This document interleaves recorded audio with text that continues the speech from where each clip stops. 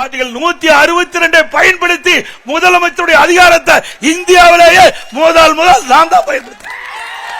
இந்தியாவிலேயே எந்த முதலமைச்சருக்கு துணிவில்லை. இப்ப இருக்கிற முதலமைச்சர் சொல்லிட்டு இருக்காருல்ல, நான் சட்டத்தை அனுப்புறேன், கவர்னர் கையெழுத்து போடல போலீஸ் பயன்படுத்து. 162 பிரிவு இருக்குதுல்ல, தில்லு திராணி வேணும், தில்லு திராணி தெம்புக்கு வேணும். அதெல்லாம் கிடையாது. மக்களை பற்றி கவலையில, மக்களுக்கு சேவை செய்ய வேண்டும் என்றால் பதவி பெருசு இல்ல. நாம் எதை நினைக்கின்றோமோ, மக்களுக்கு எது நல்லது நினைக்கிறோமோ அதை செய்வதுதான் முதலமைச்சருக்கு தகுதியானவர். அப்படி நான் கையெழுத்து போட்டேன். இந்த சட்டம் நிறைவேறிச்சு. அதுக்கு பிறகு அந்த மருத்துவ கல்வி இடம் கிடைத்த பிறகு சில மாணவர்கள் என்னை வந்து சந்திச்சாங்க. 7.5% நாங்களுக்கு இடம் கிடைச்சிட்டு, வசதி வாய்ப்பு இல்ல, மருத்துவ கல்வி கட்டணம் செலுத்த முடியல.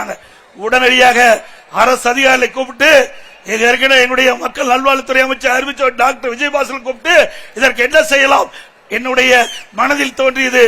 ₹1 கட்டணம் இல்லாமல் 7.5% உள் இடஒதுக்கீட்டில் இடம் கிடைச்ச அத்தனை பேரும் நாம அரசாங்கமே அது கட்டணம் செலுத்தும் சொல்லி ₹1 செலவு இல்லாம இன்றைக்கு 2818 பேர் மருத்துவக் கல்வி படிக்கிறாங்க.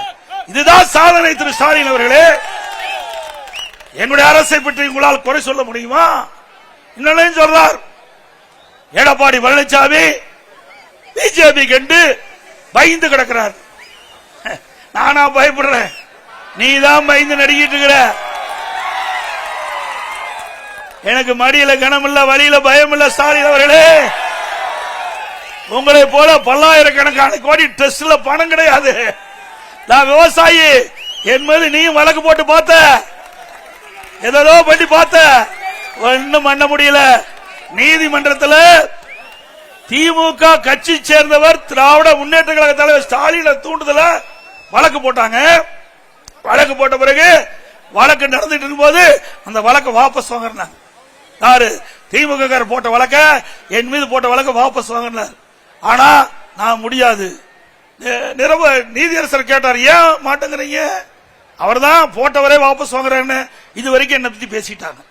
அண்ணா திமுக முதலமைச்சர் எடப்பாடி பழனிசாமி நெடுஞ்சாலை துறையில் ஊழல் செய்தார் என்று சட்டமன்றத்தில் பதிவு செய்து விட்டார்.